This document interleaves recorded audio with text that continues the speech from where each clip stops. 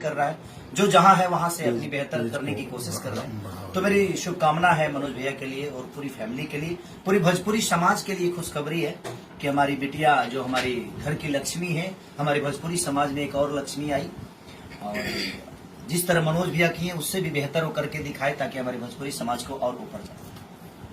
लाल दा, आपका पहला फिल्म कौन सा जाएगा 4 में से? जरा नाम बता दीजिए करीब। सब लोग जानते हैं, का फालतू सवाल करते हैं। राजा की आएगी बारात।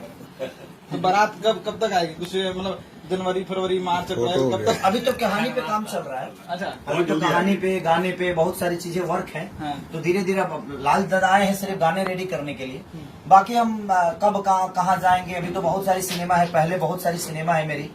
तो जिस हिसाब से डेट इनका होगा उस हिसाब से हम काम करेंगे। बीच में आपके और देखिए आदमी लंबा खड़ा है।